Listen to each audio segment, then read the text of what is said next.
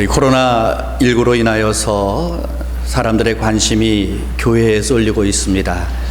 교회가 과연 예배를 드리느냐 안 드리느냐, 마치 예배를 드리는 것이 공공의 적인 것처럼 그렇게 질타를 하는데, 요즘 우리 주변에서 보면은 사람들이 많이 모이는 곳이 비단 교회만 있는 것은 아니죠. 그런데 유독 교회에 대해서 많이 적대적인 그러한 시선으로 바라보고 있는 것을 봅니다. 이러한 시선으로, 교회를 곱지 않은 시선으로 바라보는 것은 결국 교회에 책임이 있다 하는 생각을 하게 되어집니다.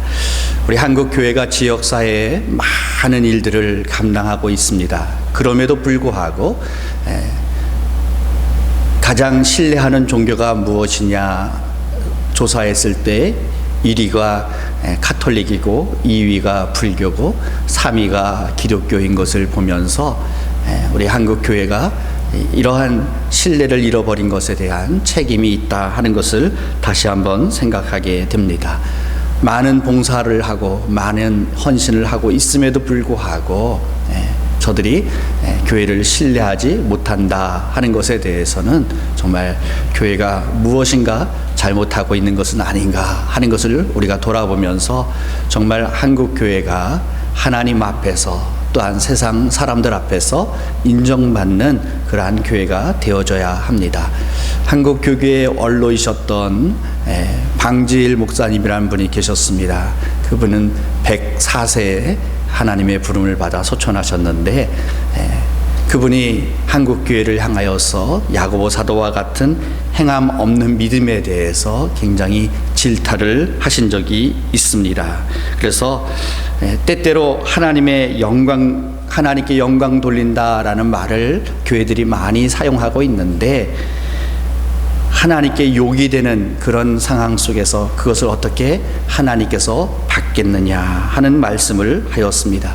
그래서 우리가 하나님의 뜻대로 살아가게 되어질 때 하나님께서는 저절로 영광을 받으시고 하나님께서 우리에게 복을 베푸실 것이다 하는 말씀을 하였습니다. 그래서 우리 신앙이라고 하는 것은 거기에 반드시 우리의 인격이 수반되어져야 한다 하는 사실을 말씀합니다.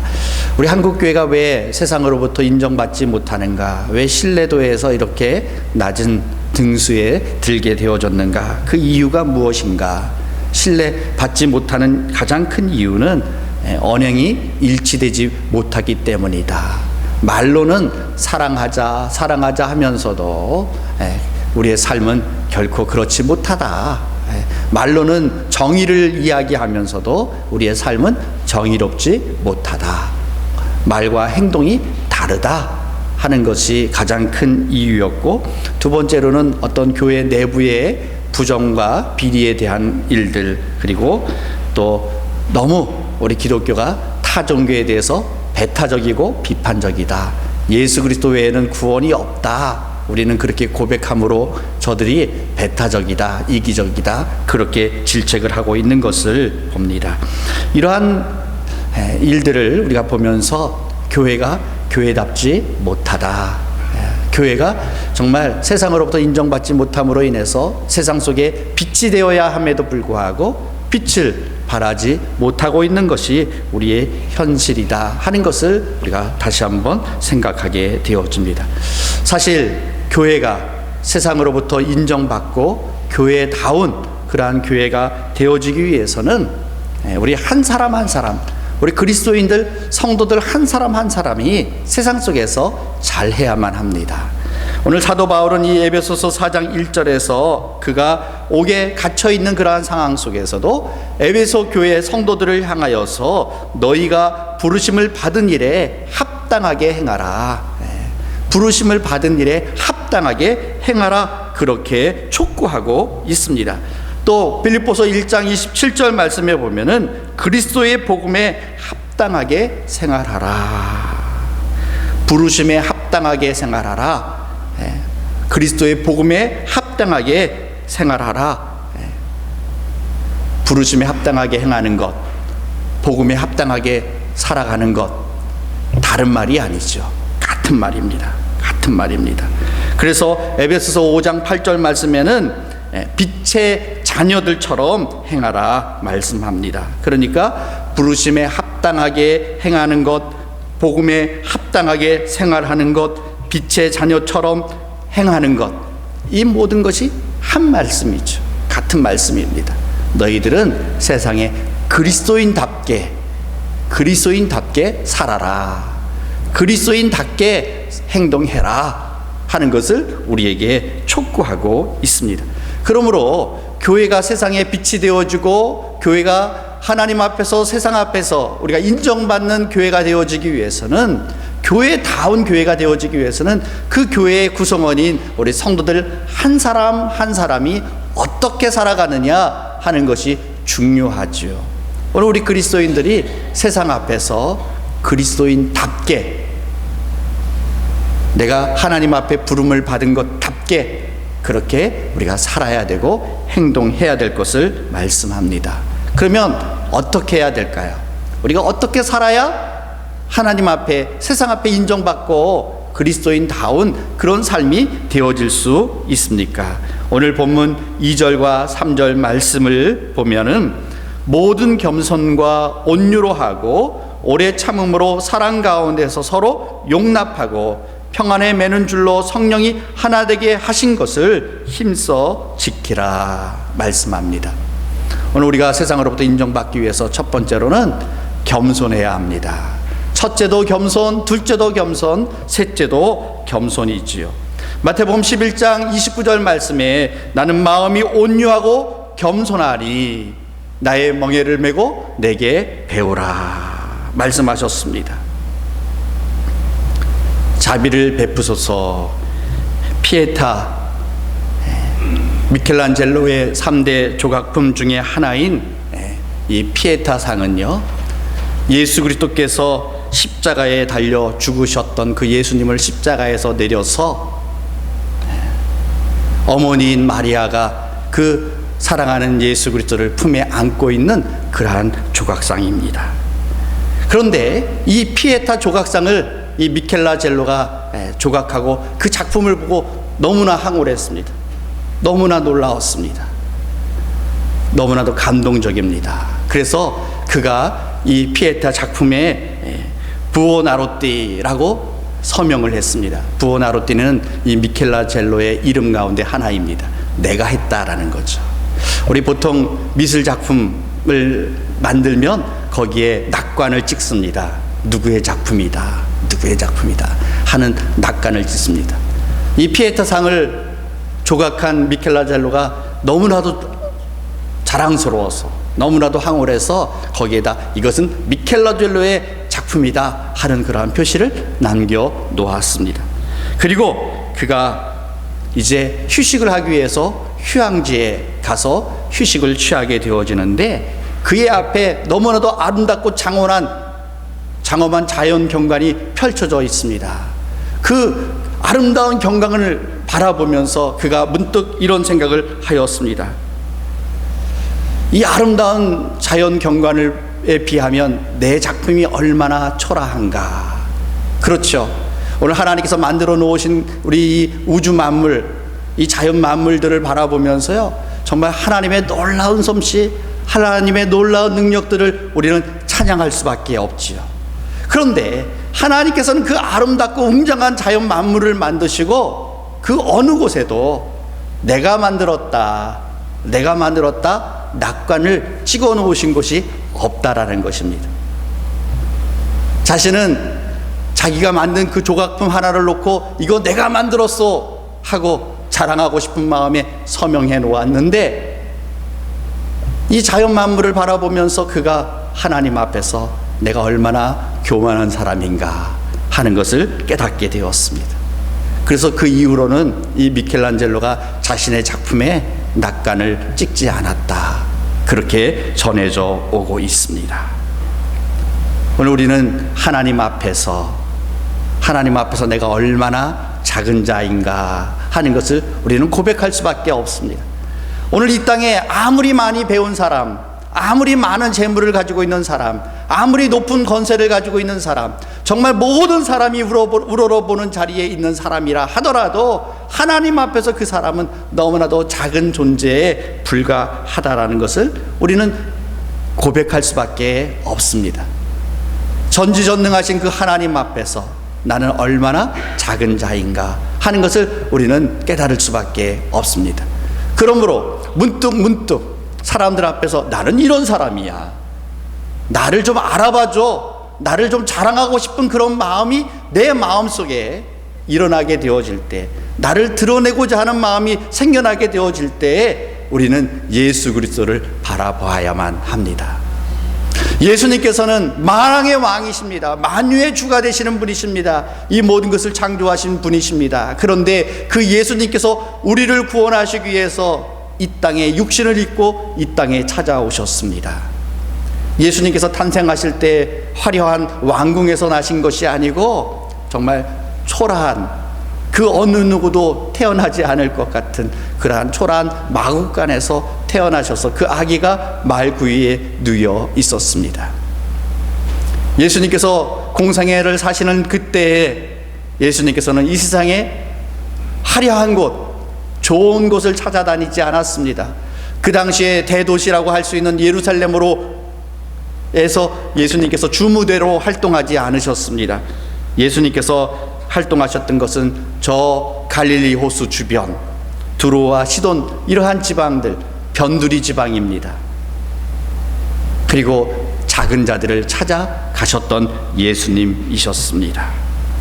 그래서 예수님께서는 나의 멍에를 메고 배우라, 나는 마음이 온유하고 겸손하니 나의 멍에를 메고 배우라, 우리에게 말씀하셨습니다.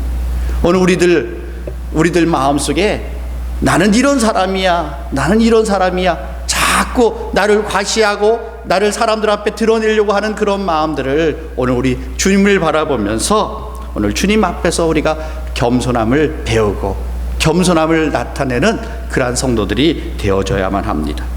잠언 29장 23절에 사람이 교만하면 낮아지게 되겠고 마음이 겸손하면 영예를 얻으리라. 그러므로 오늘 우리 성도들은요, 이 세상 속에서 정말 세상 사람들이 다 무시하는 그러한 사람도 우리는 그를 바라보면서 그를 높일 수 있는 그러한 겸손의 마음들이 우리에게 있어야만 합니다. 오늘 이 세상에 있는 모든 사람들 다 하나님의 작품입니다. 하나님이 만드신 사람들입니다. 그러므로 저들을 나보다 높게 여기고 우리가 낮은 자의 자리에 나아가서 섬길 수 있는 겸손함의 모습이 오늘 우리 그리스도인의 모습이 되어야 합니다. 나는 이런 사람이야, 나는 이런 사람이야, 나 좀 알아줘, 나를 좀 인정해줘. 우리가 세상에 그런 요구를 하는 자가 아니라 오늘 이 시간 우리 강변교회 모든 성도들, 이 예배에 참석하신 우리 모든 성도님들이 세상 앞에서 가장 낮은 자의 자리에서 겸손히 섬길 수 있는 성도들 되시기를 주님의 이름으로 축원합니다. 두 번째로는 우리의 마음이 온유해야 합니다. 온유하다, 따뜻하고 부드럽다라는 의미죠. 우리의 마음이 따뜻하고 부드러워야만 합니다. 오늘 우리의 마음이 차갑고 돌과 같이 굳어있는 그런 마음이 되어서는 안 됩니다. 저는 어려서부터 찰떡을 좋아했습니다. 찰떡을 좋아했어요.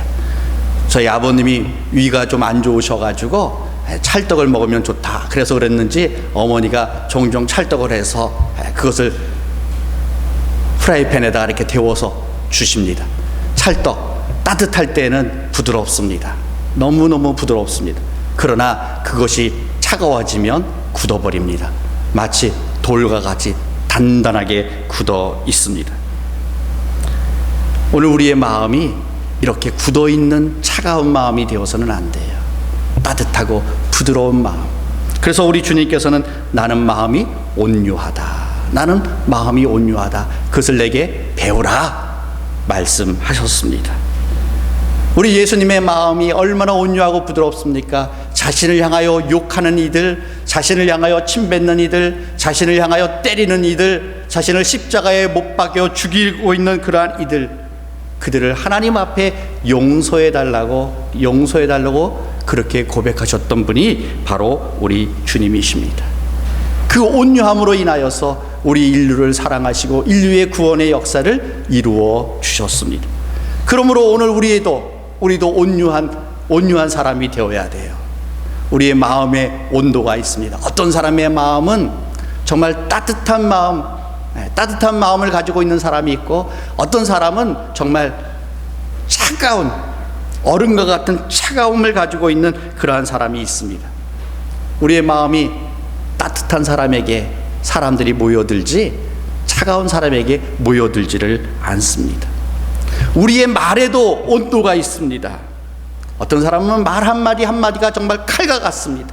비수와 같습니다. 시베리아 바람이 쌩쌩 부는 그런 말을 하는 사람이 있습니다. 그러나 어떤 사람의 말 한마디 한마디는 그 사람에게 힘을 주고 위로가 되어지고 격려가 되어지고 정말 부드럽고 따뜻한 그런 말을 하는 사람이 있습니다. 우리의 글에도 온도가 있습니다. 요즘 인터넷에 악성 댓글이라고 하는 말들이 있지요. 악성 댓글. 정말 글에 그 짧게 올리는 댓글 한마디 한마디 별거 아닌 것 같은 거 심심해서 장난삼아 하는 그런 댓글일 수도 있습니다. 그러나 그것이 그 댓글을 보는 사람에게 마음의 비수가 되어지고 좌절하게 되어지고 절망하게 되어져서 그로 인해서 그가 목숨을 끊는 그런 일들을 우리 주변에서 우리는 보아왔습니다. 오늘 우리 그리스도인들은 우리의 마음이 따뜻해야 돼요. 그 따뜻함이 우리의 말로 따뜻함이 나타나야만 합니다. 우리의 행동 하나하나가 따뜻함으로 나타나야 돼요. 불과 같은 성령께서 우리에게 임하셨습니다. 성령은 불과 같다고 그렇게 말씀하고 있지 않습니까? 불과 같은 성령이 우리에게 임하셔서 우리의 죄로 인하여서 정말 차갑고 얼음장 같았던 우리의 마음을 녹이셨습니다. 우리를 부드럽게 하셨습니다. 이제 그 부드러움이 오늘 우리가 세상 속으로 나타나야만 합니다. 마귀는 자꾸 우리로 하여금 정죄합니다. 우리의 마음을 굳어지게 합니다. 우리의 마음을 차갑게 합니다. 그래서 피해의식에 젖어들게 하고 다른 사람을 정죄하려고 하고 다른 사람에게 아픔을 주는 말들을 하게 하는 그런 악함이 그 사탄에게 있습니다. 오늘 우리는 성령의 역사로 이 모든 사탄의 권세를 물리치고 예수 그리스도 안에서 우리가 따뜻한 마음을 품고 서로를 격려하고 위로하고 부드럽게 말할 수 있는 그 부드러운 마음과 깨끗한 말들, 긍정적인 그러한 글들, 그로 인해서 우리의 온유함이 세상을 따뜻하게 만들 수 있는 그러한 성도들이 되시기를 바랍니다. 누군가가 내 곁에 왔을 때 그의 마음이 차가웠던 사람이라 하더라도, 그의 마음이 정말 칼과 같이 예리한 마음을 가지고 있었던 사람이라 하더라도 오늘 우리 성도들 곁으로 다가올 때 우리 성도들의 그 따뜻함으로 저들의 마음을 녹일 수 있는 그러한 성도들 되시기를 주님의 이름으로 축원합니다. 마태복음 5장 5절 말씀, 온유한 자는 복이 있나니 그들이 땅을 기업으로 받을 것임이요. 온유함으로 말미암아 땅을 기업으로 받는, 하나님이 주신 그 약속의 땅을 기업으로 누리는 그러한 성도들 되시기를 주님의 이름으로 축원합니다. 셋째로는 인내해야만 합니다. 모든 겸손과 온유로 하고 오래 참음으로 그랬습니다. 우리는 인내해야 합니다. 로마서 12장 12절 말씀에 소망 중에 즐거워하며 환난 중에 참으며 기도에 항상 힘쓰라. 우리 성도들은 무슨 일을 하든지 인내해야만 합니다.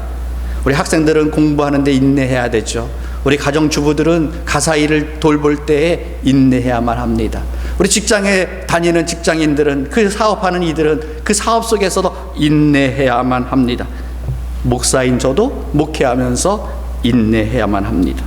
우리의 삶의 모든 부분에 필요한 공통적인 덕목, 그것이 바로 인내입니다. 소망 중에 신앙생활 하면서 우리가 종말을 소망하는 가운데 우리가 기다리며 인내하며 주님의 그 날을 바라볼 수 있는 그러한 믿음이 필요합니다. 그래서 히브리서 10장 36절 말씀에 보면은 너희에게 인내가 필요함은 너희가 하나님의 뜻을 행한 후에 약속하신 것을 받기 위함이라. 우리가 인내함으로 말미암아 하나님의 뜻을 행하고 그리고 나서 약속한 것을 받을 수 있다 하는 것을 우리에게 분명하게 말씀합니다.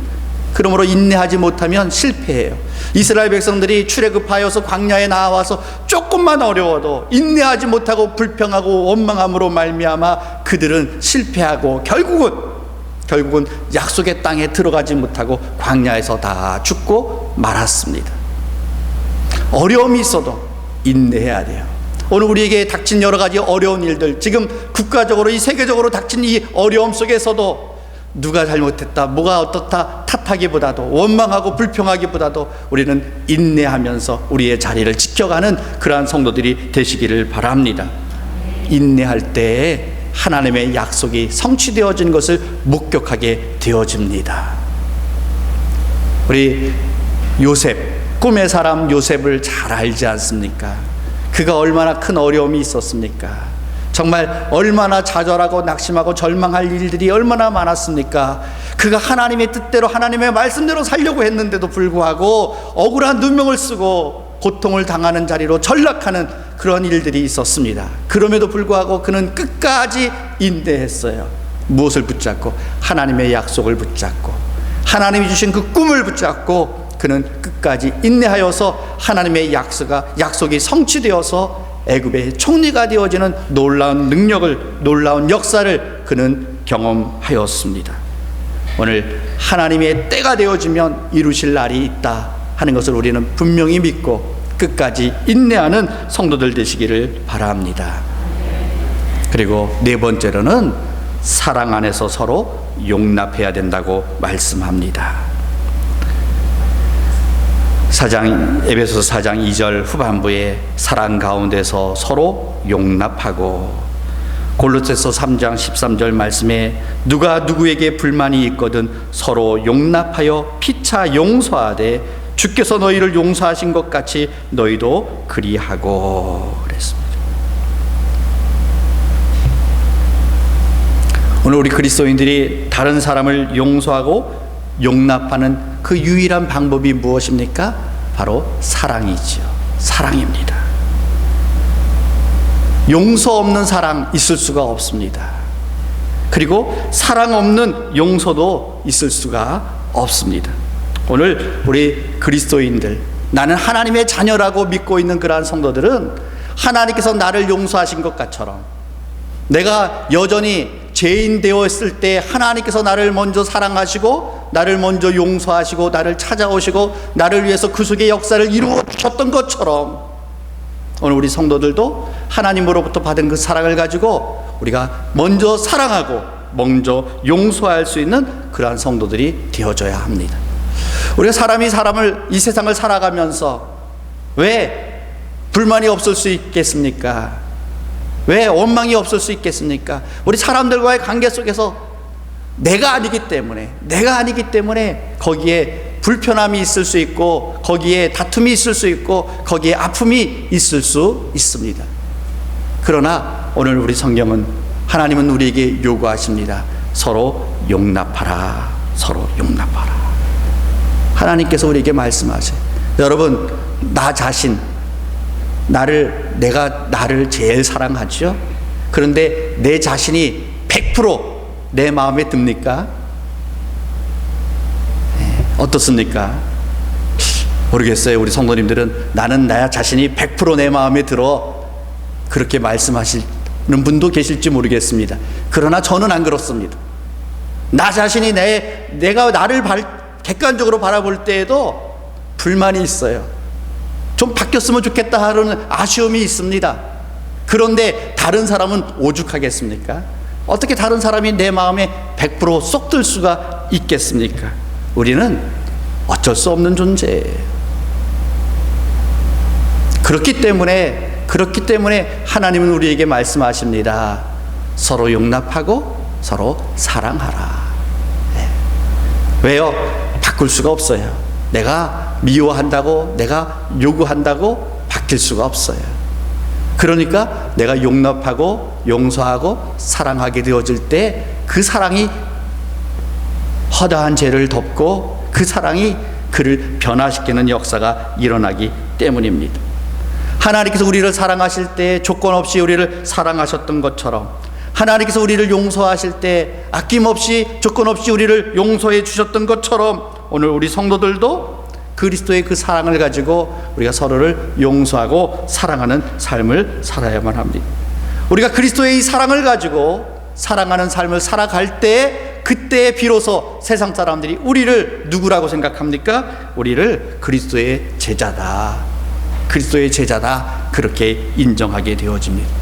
저들이 이해할 수 없어요. 어떻게 저렇게 사랑할 수 있을까? 어떻게 저렇게 용서할 수 있을까? 그들은 이해할 수 없습니다.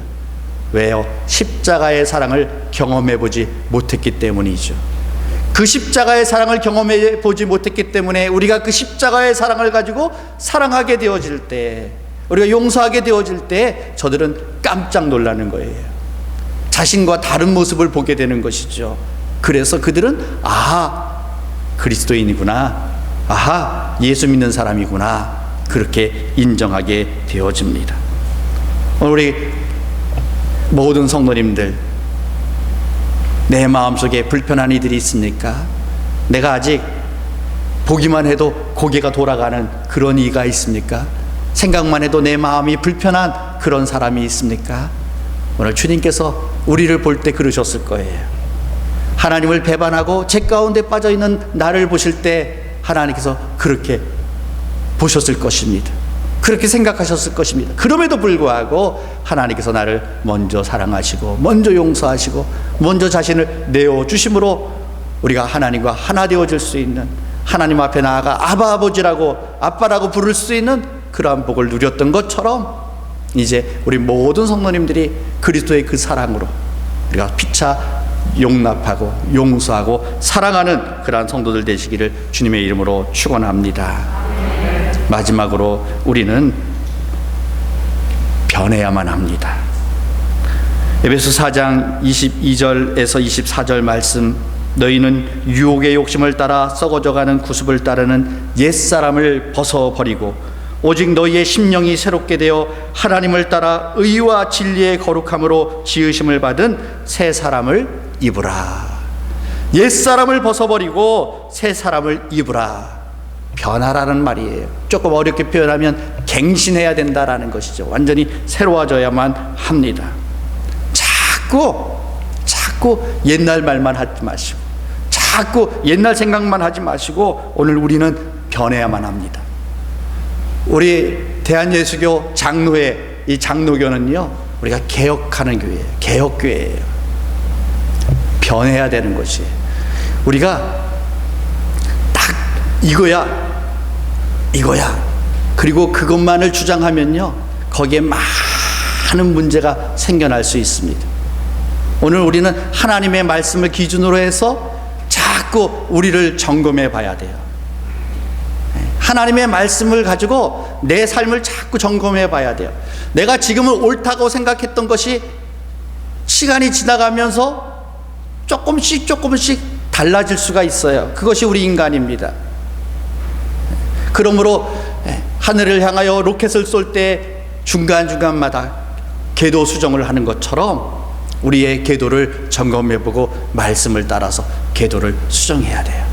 그래서 이것이 하나님의 말씀에 맞느냐, 이것이 맞느냐, 내가 지금 하나님의 말씀이라고 생각하면서 살아가는데 이게 정말 하나님의 말씀대로 사는 것이냐. 과거에 저 로마 카톨릭에서 많은 사람들을 이단으로 정죄하고 많은 사람들을 불태워서 화형시켰습니다. 다 무슨 이름으로? 하나님의 이름으로 그들의 진리를 지킨다고 많은 사람들을 불태워 죽였습니다. 그 많은 악행들 속에 정말 하나님의 뜻대로였느냐? 아닌 것이 너무나 많다라는 것이죠. 오늘 우리 그리스도인들이 내 모습을 날마다 하나님의 말씀을 통하여서 우리가 이것이 하나님의 말씀이야 라고 생각하면서 살아왔던 것이 잘못되어졌다면 잘라버리고 구습을 벗어버리고 우리가 날마다 새롭게 변화되어져야 합니다. 오늘 이 시대에 많은 논쟁이 일어나고 있는 것들을 우리가 보게 되어집니다. 정말 이 시대에 무엇이 옳으냐? 우리가 논쟁하기보다 먼저 하나님의 말씀을 통해서 우리들 자신을 돌아보면서 우리가 말씀으로 우리의 심령이 날마다 새롭게 변화되어지는 역사들이 나타나기를 원합니다. 오늘 우리의 마음을 다시 한번 점검해 보시기 바랍니다. 나는 과연 겸손한 사람인가? 나는 정말 내 마음이 온유한 사람인가? 따뜻한 사람인가? 내가 말씀을 붙잡고 끝까지 인내하는 인내의 사람인가?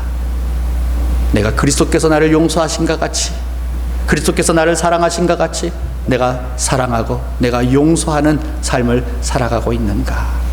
내가 말씀을 통해서 날마다 내 자신을 바꾸어 가려고 하는 그런 마음을 가지고 있는가? 우리가 점검해보고, 그로 말미암아 우리가 하나님 앞에 날마다 매 순간순간마다 하나님 앞에 인정받고, 오늘 세상 앞에 인정받고, 그래서 세상이 우리 교회를 바라볼 때마다 정말 저들이 인정하고 저들이 따라오고 싶은 그러한 교회로 세워가는 우리 모든 성도님들 되시기를 주님의 이름으로 축원합니다. 하나님 아버지 감사합니다.